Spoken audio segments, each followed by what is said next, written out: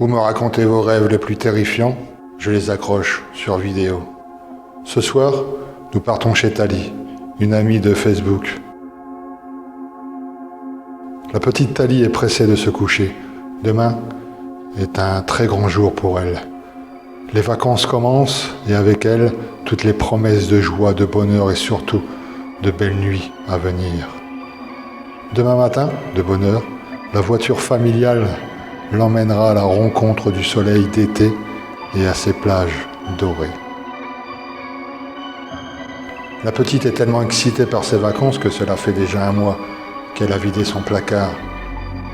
Elle plonge dans son lit, laisse la veilleuse combattre la nuit et s'enfonce dans les abysses des couvertures.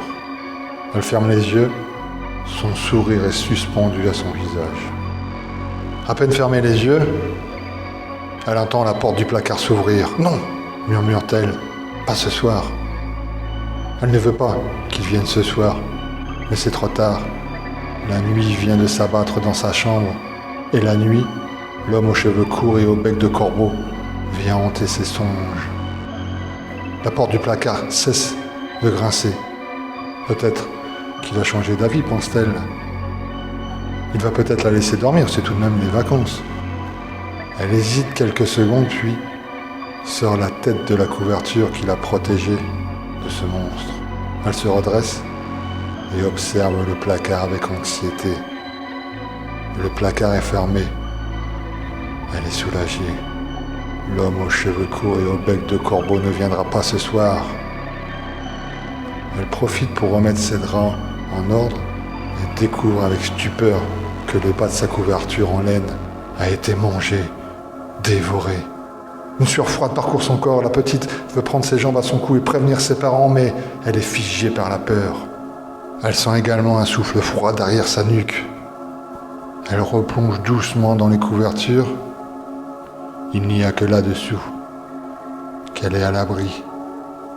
Mais quelqu'un ou plutôt quelque chose l'empêche. La couverture se tend. La chose l'attire. Il est désormais impossible de passer en dessous. La couverture finit par se briser sur le sol. La petite Tali n'a plus d'endroit où se cacher.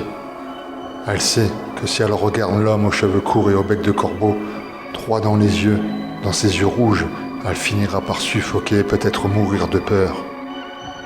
Personne ne viendra à son aide, pour la simple raison qu'elle ne peut ni crier ni appeler à l'aide.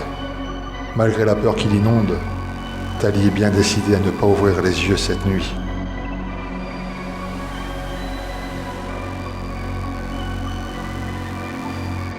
Tali a remporté la victoire. Le jour s'est levé et l'homme aux cheveux courts et au bec de corbeau est reparti dans le placard.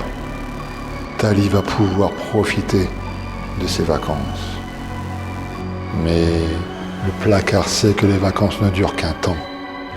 À très bientôt, Tali.